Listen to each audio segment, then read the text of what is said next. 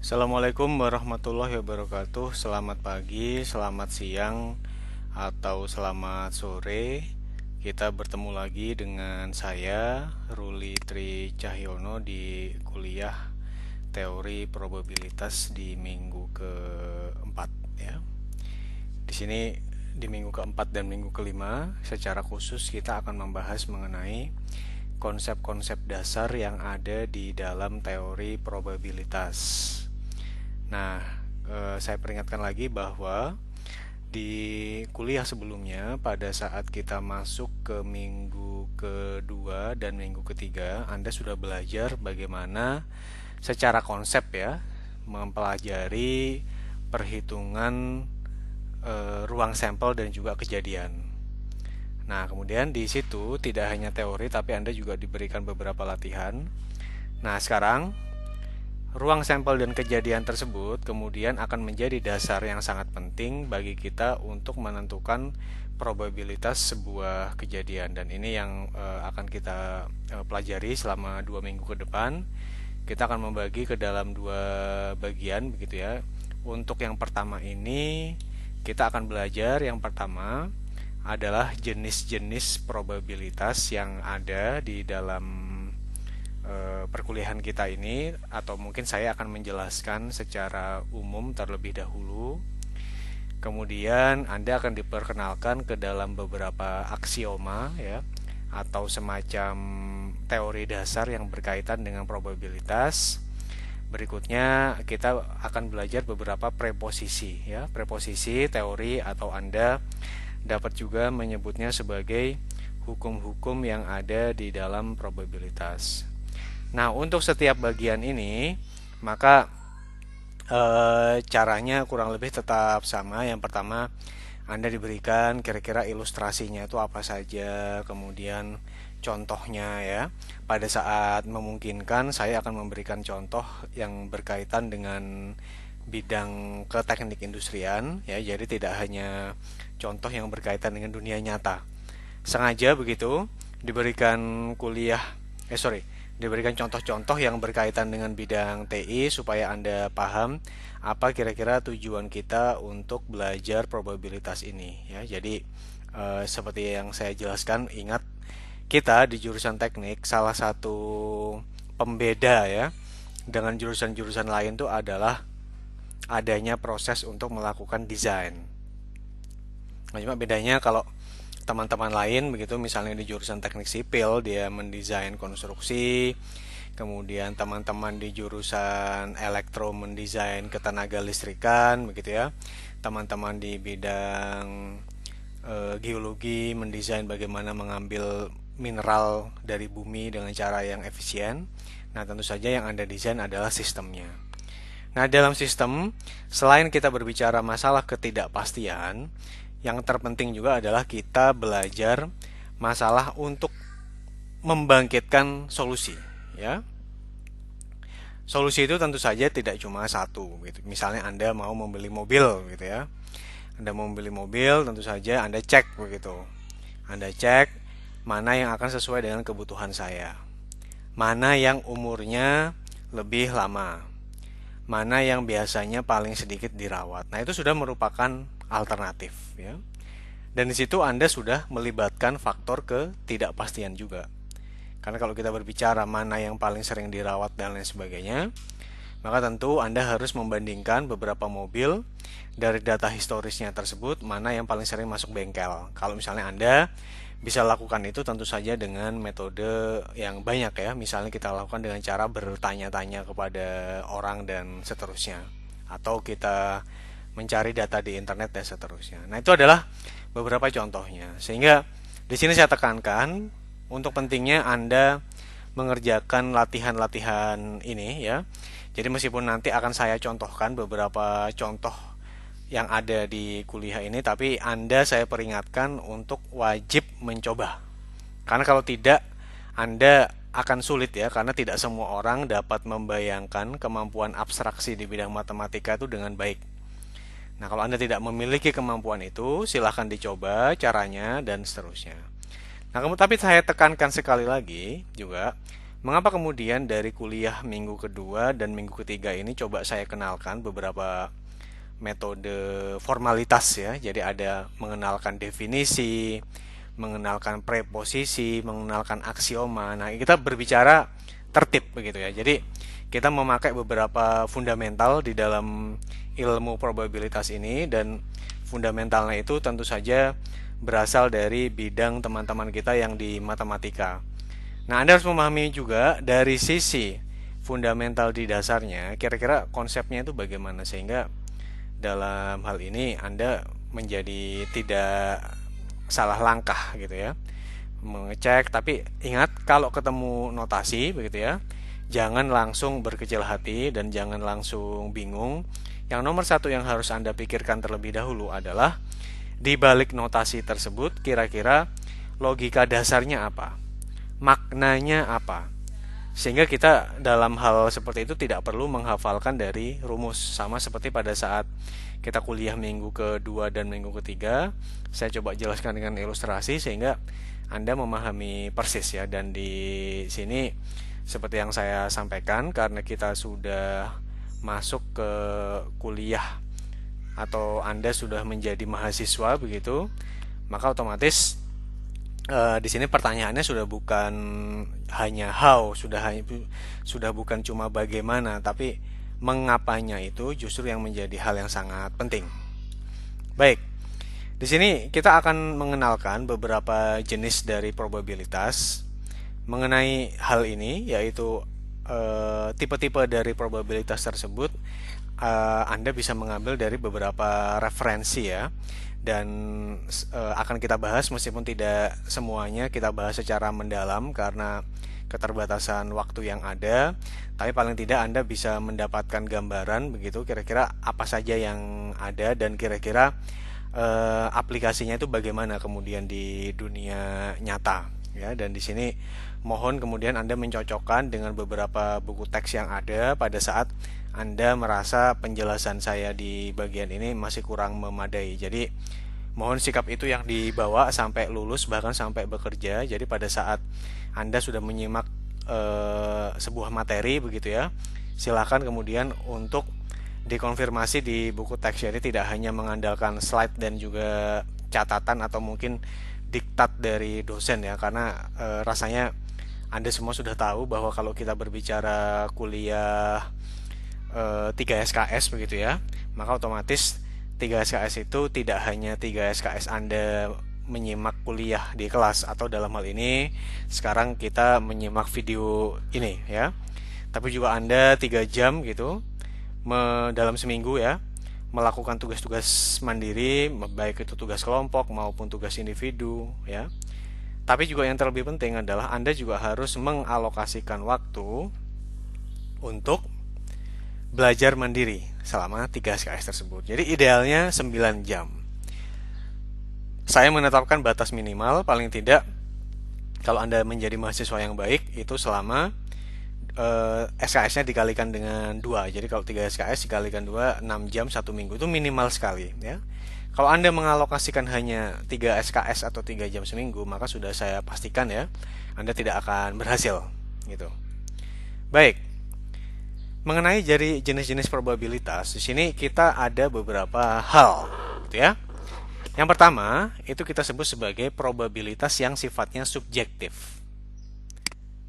Anda bisa baca definisinya, dan di akhir dari segmen ini kita akan jelaskan apa yang disebut sebagai probabilitas yang subjektif tersebut. Di sini dijelaskan bahwa ini merupakan sebuah probabilitas yang berdasarkan ya, yang berdasarkan kepercayaan seseorang. Contohnya bagaimana? Contohnya misalnya harga minyak mentah di dunia itu sedang gonjang-ganjing gitu ya. Misalnya dulu kan Anda sempat mengalami atau mungkin Anda masih SMA ya rasanya, tapi paling tidak Anda bisa cari di berita begitu ya. Dan saya yakin Anda akan menemukan berita bahwa sekitar 5 tahun yang lalu itu harga minyak mentah di dunia sempat turun sangat drastis ya. Itu bahkan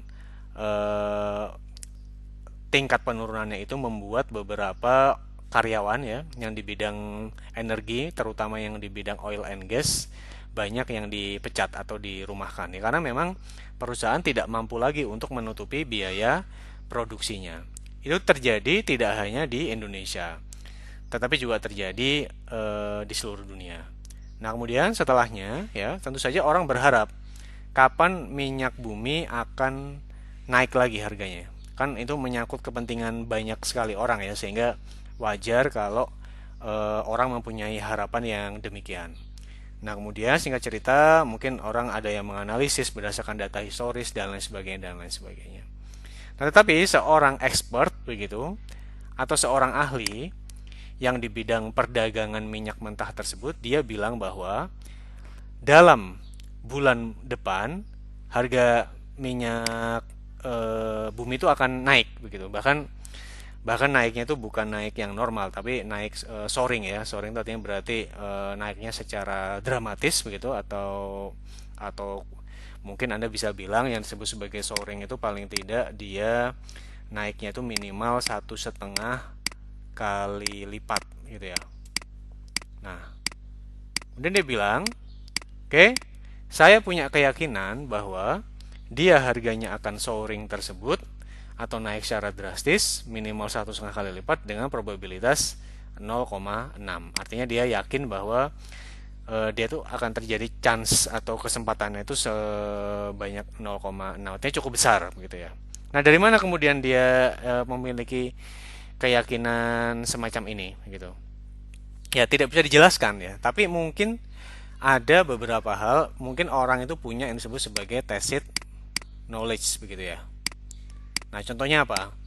Saya pernah mendengar gitu ya, ada orang di Pertamina yang sangat ahli dan sudah sangat senior.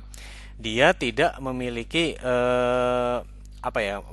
pendidikan formal mungkin di bidang statistika atau apapun ya. Dan dia juga tidak bisa menerjemahkan prediksi-prediksinya tersebut dalam bentuk formula. Tetapi sering sekali yang dia prediksikan itu benar. Nah, dari mana kemudian dia bisa mendapatkan kebenarannya tersebut ya?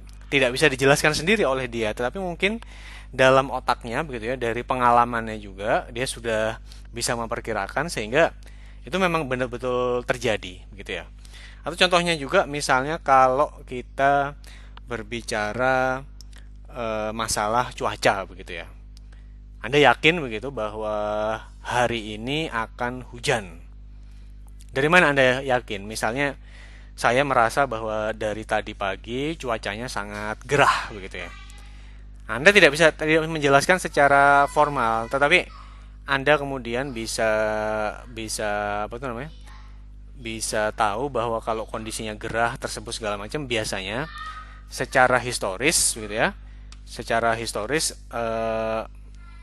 Anda akan mengalami kondisi hujan. Oke. Nah, itu disebut sebagai probabilitas yang sifatnya subjektif ya. Jadi kita tidak bisa tidak bisa dengan persis begitu, tidak bisa dengan persis memformulasikan, tetapi orang boleh saja memiliki probabilitas subjektif tersebut. Tapi tentu saja ini juga bisa salah ya. Ya, jadi dan mungkin kesalahannya bahkan jauh lebih besar gitu ya. Nah, kemudian yang kedua yang disebut sebagai probabilitas secara teoretis gitu. Bagaimana probabilitas secara teoretis tersebut? Artinya dia berdasarkan teori, bukan berdasarkan pengamatan di sisi yang satunya. Jadi salah satu kontinumnya ya atau pembagiannya, kalau ada probabilitas yang sifatnya teoretis tersebut, kemudian ada juga probabilitas yang nanti sifatnya empiris. Kalau empiris berdasarkan pengamatan, begitu ya. Nah, kita lihat yang teoretis terlebih dahulu. Kalau yang teoretis, dia dibilangnya berdasarkan proses-proses logika dan juga beberapa asumsi, begitu. Nah, apa saja proses logika tersebut? Contoh yang paling mudah. Kalau kita melempar sebuah koin yang seimbang, maka probabilitas munculnya dalam satu kali pelemparan muncul sisi apa tuh namanya? Sisi head ya. Misalkan kalau kalau di koin kan ada head, ada tails gitu. Kalau dia seimbang maka tentu saja dia salah satu probabilitas munculnya itu adalah 0,5 ya. Dari mana orang tahu? Itu berdasarkan teori. Atau nanti kalau Anda sudah berbicara, kita masuk ke kuliah penelitian operasional 2 di semester 5, ada salah satu topik di rantai Markov gitu. Maka secara teoritis Anda bisa menentukan probabilitas persediaan itu jatuh di nilai X sama dengan, karena persediaan ya, dan barangnya diskrit, 0, 1, 2, dan seterusnya. Anda bisa hitung. Misalnya secara teori, kemudian kita bisa hitung dengan distribusi Poisson. Ya. Dan ini memang sesuai teorinya. Karena Poisson dia untuk variabel random yang sifatnya diskrit. Dan variabel random itu apa? Nanti kita akan bahas pada saat kuliah di minggu ke-6 di kuliah probabilitas ini. Nah, itu bisa ditentukan secara teoretis seperti yang barusan saya jelaskan. Nah, itu adalah salah satu cabang juga dari theoretical probability. Dan ini akan kita bahas ya, banyak sekali di kuliah kita minggu ini. Nah, kemudian yang berikutnya, ada juga bahasan tentang probabilitas yang sifatnya empiris atau berdasarkan empirisme. Kalau yang tadi berdasarkan teori, ini berdasarkan empiris. Ini berdasarkan pengamatan atau berdasarkan percobaan atau berdasarkan data historis. Dan ini saya yakin pasti Anda sedikit banyak pernah melakukannya, begitu. Nah, oke.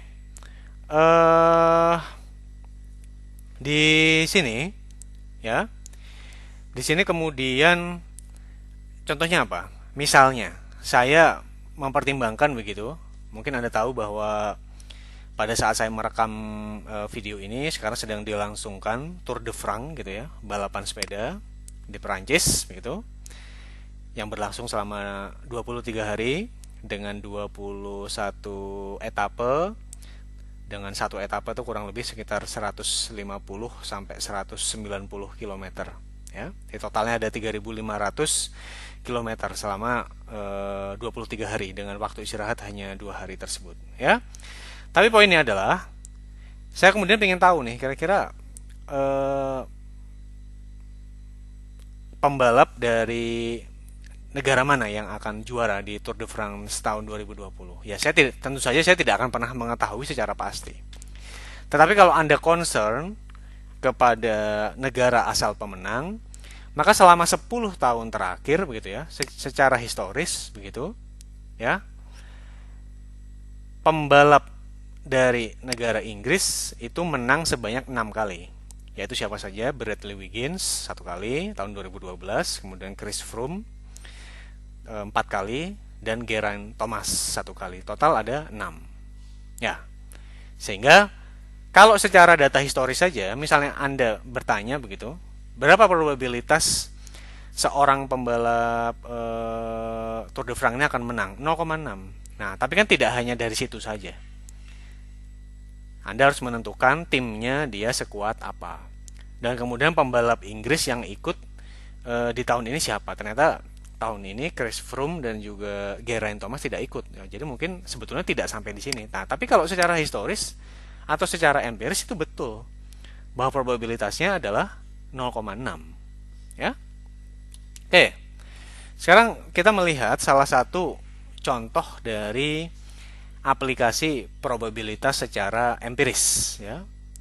Disebutkan di sini bahwa seorang businessman atau seorang pebisnis, pengusaha begitu ya, dia ingin pergi dari Bandara Cengkareng di Jakarta, Bandara Soekarno-Hatta maksudnya, ke Bandara Juanda di Surabaya. Dan ini merupakan bisnis sangat penting ya. Dan ini saya jelaskan bahwa dia perginya itu kalau tidak siang hari atau sore hari. Katakanlah dia mau pergi besok begitu ya. Nah, kemudian dia mengecek begitu untuk kepergian siang atau sore tersebut yang sesuai dengan kecocokan jadwal keberangkatan dia ada 2. Yang satu adalah pesawat Citylink dengan nomor penerbangan QG 718, dijadwalkan berangkat jam 13.40 dijadwalkan datang di Juanda 15.10. Itu ya. Kemudian yang kedua, ya, ada opsi yaitu pesawat Garuda Indonesia dengan nomor penerbangan GA316 dijadwalkan berangkat dari Bandara Cengkareng di Jakarta 14.35 dan dijadwalkan datang di Bandara Juanda jam 16.10. Gitu. Dan dia karena dia merupakan pebisnis sudah cukup sukses dan juga dia benar-benar mementingkan ketepatan waktu ya karena mungkin dia mau bertemu dengan klien penting di Surabaya sehingga dia tidak terlalu peduli dengan soal masalah harga. Yang penting dia tepat waktu, itu saja yang dia pentingkan. Nah, sekarang begitu ya. Di sini kalau dia sangat care begitu, on time arrival atau ketepatan waktu dalam pesawatnya itu datang, maka pesawat yang mana yang perlu dia ambil? Ya. Nah, dalam hal ini merupakan sebuah permasalahan yang menarik. Yang pertama, begitu ya. Kalau kita berbicara probabilitas secara empiris. Kalau kita ada di teknik industri, maka Anda harus berpikir secara komprehensif. Maka yang pertama Anda tanyakan dulu adalah ini diambil dari mana? Sumber datanya. Ya. Kan kita harus mencari distribusi secara empiris begitu. Apakah Anda mau mengumpulkan untuk 1 minggu ke depan atau 1 bulan ke depan? Kan tidak mungkin. Saya kan mau perginya besok. Artinya, saya harus mencari sumber data yang bisa diakses secara historis atau mundur ke belakang. Apakah saya kemudian mau bertanya begitu? Saya bertanya di sini ke otoritas bandara di Cengkareng ya, atau disebutnya sebagai Otban. Dan saya bertanya kepada otoritas bandara di Juanda. Itu juga ada outbound-nya juga di Juanda tersebut. Ini juga rasanya cukup menyulitkan, meskipun pasti bisa. Tapi kan Anda harus dapat izin gitu. Harus ditanya kira-kira tujuan Anda mengambil data ini apa. Kalau Anda dapat izin, Anda kan harus dapat waktu juga. Anda kan harus mengalokasikan waktu juga supaya orang itu bisa memberikan data kepada Anda. Kan kalau Anda melakukan penelitian kan tidak bisa berharap Anda memberikan formnya sekarang kemudian langsung diisi. Ya kalau berhasil tidak apa-apa. Tapi kalau tidak berhasil pun tidak masalah. Bagi orang ya, jangan menganggap orang responden penelitian Anda tidak bekerja sama, ya tidak, kan Anda baru meminta. Normalnya kan orang perlu waktu sekitar 2 sampai 3 hari kerja dan itu sangat-sangat wajar ya. Maka tentu saja Anda harus mencari yang kreatif dan Anda berpikir gitu ya, di zaman sekarang mungkin online ada datanya secara daring. Dari mana? Kalau Anda naik pesawat begitu ya, misalnya pesawatnya terlambat, biasanya apa yang Anda lakukan? Kalau saya, misalnya saya ada pada bandara begitu dan pesawat yang akan saya naiki ternyata belum juga ada tanda-tanda berangkat, biasanya saya melakukan pengecekan kepada situs-situs ini, misalnya mungkin kalau Anda tahu Flight Radar gitu ya. Atau bisa juga Anda mengambil dari Flight Aware atau Flight Statistic dan lain seterusnya. Tapi paling tidak ini merupakan sebuah sumber yang cukup kredibel karena kalau saya cek begitu, biasanya betul gitu. Oh, ternyata pesawatnya masih bahkan belum nyampe di bandara yang tempat saya berangkat itu. Misalnya saya mau berangkat dari Hussein Sastra Negara di Bandung begitu ya. Oh, ternyata bahkan pesawatnya pun belum sampai Hussein. Jadi wajar kalau terlambat, ya. Nah, ini merupakan sebuah metode pengecekan. Oke. Jadi Anda sudah selesai dengan masalah sumber data. Kita bisa ambil dari sini. Nah, kemudian kalau kita sudah mendapatkan sumber datanya, pertanyaan yang berikutnya adalah mau dicatatnya seperti apa? Oke. Saya rasa kemudian bisa disalin begitu ya. Anda bisa mencatat secara manual dan lain sebagainya. Tapi itu kan kalau kita berbicara hanya mempertimbangkan 2 buah opsi, ya. Misalnya kemudian bisnismen ini adalah seorang yang sangat demanding begitu ya. Oh, saya nggak mau kalau mempertimbangkan hanya 2 opsi. Pertimbangkan 10 opsi, 20 opsi. Dan kalau dari Cengkareng ke Surabaya kan banyak sekali pesawat. Apalagi kalau Anda mempertimbangkan bandara di Jakarta yang lain, yaitu Halim Perdana Kusuma, ya. Kan nggak mungkin kemudian kalau kita manual gitu melakukan inputasi secara satu persatu. Sehingga mungkin Anda bisa menggunakan otomasi. Misalnya kalau nanti Anda mengambil kuliah analitika data, ada sebuah metode yang disebut sebagai web scraping. Ini kita bisa lakukan dengan Python, dengan RStudio juga bisa meskipun agak merepotkan, ya. Dengan web scraping tersebut, intisarinya adalah kita bisa mengambil sumber data sekunder dari internet dengan beberapa kriteria yang sudah kita batasi, dan itu merupakan salah satu tools yang sangat bermanfaat. Sehingga Anda di sini tidak lagi mencari berdasarkan cara manual saja. Nah, ini cara mencarinya. Tapi kalau hanya dua begitu, saya rasa masih oke dengan cara manual. Kemudian yang lebih penting juga, Anda kan concern kepada ketepatan waktu datang, gitu ya. Yang pertama, dia dijadwalkan kalau pesawat Citylink ini dia datang jam 15.10. Ini dia dijadwalkan datang jam 16.10. Bagaimana kemudian cara Anda mendeskripsikan pesawat pada suatu hari tersebut atau penerbangan penerbangan KG 7108 pada hari ke-7, hari ke-7 dari hari sekarang, itu terlambat atau tidak? Apakah misalnya begini, kalau dia sampai pada 15.09, pasti kan dia tidak terlambat. Begitu pula kalau saya sampai katakanlah 15.00 begitu ya. Pasti dia juga tidak terlambat karena dia lebih awal daripada jadwal. Tapi bagaimana jika pesawat Citylink QG 718 tersebut dia kemudian sampainya 15.11 atau 15.15 lah katakanlah ya. Ini opsi 1. Opsi yang kedua, dia sampai jam 15.35. Nah, ini menjadi suatu hal yang diperdebatkan kalau tidak Anda definisikan. Makanya itulah perlunya melakukan definisi dalam setiap hal yang apa Anda lakukan, sehingga orang lain menjadi tidak bingung. Orang lain mengerti apa maksud Anda. Mungkin kemudian common sense-nya orang bilang bahwa yang ini oke, tidak terlambat. Tapi yang di sini terlambat. Tapi bagaimana kemudian jika dia 15.22? Masuk yang mana? Oh, masih dekat. Orang lain bilang masih jauh. Nah, dalam hal ini maka terserah penelitinya. Anda kemudian bisa menetapkan time window. Katakanlah kalau yang dipakai dalam kuliah ini, kalau dia sampai dalam waktu 10 menit sejak dia dijadwalkan, berarti kalau dia 15.10 di sini, ya. Kalau dia sampai paling tidak sampai 15.20, sampai 15.09 begitu, 15.19 dia masih oke. Tapi begitu dia lebih besar sama dengan 10 menit dari jadwal dia datang, maka dia sudah dikategorikan sebagai penerbangan yang terlambat. Ya. Dengan cara seperti itu, kita bisa mendapatkan data. Ini datanya saya ambil dari FlightAware. Misalnya kita ambil sampai tanggal 11 begitu ya. Dari tanggal 2 sampai tanggal 11 begitu.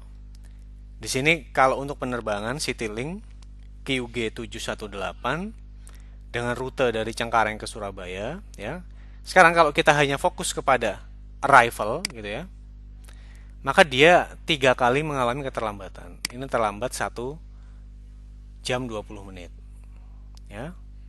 Ini dia terlambat 15 menit.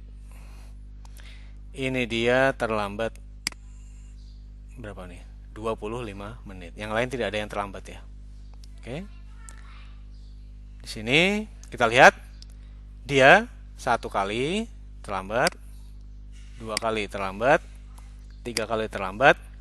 Jadi kalau kita berbicara masalah ketepatan waktu dia mendarat, maka dia adalah tepat waktunya 7 kali kejadian dari total 10 kali kejadian.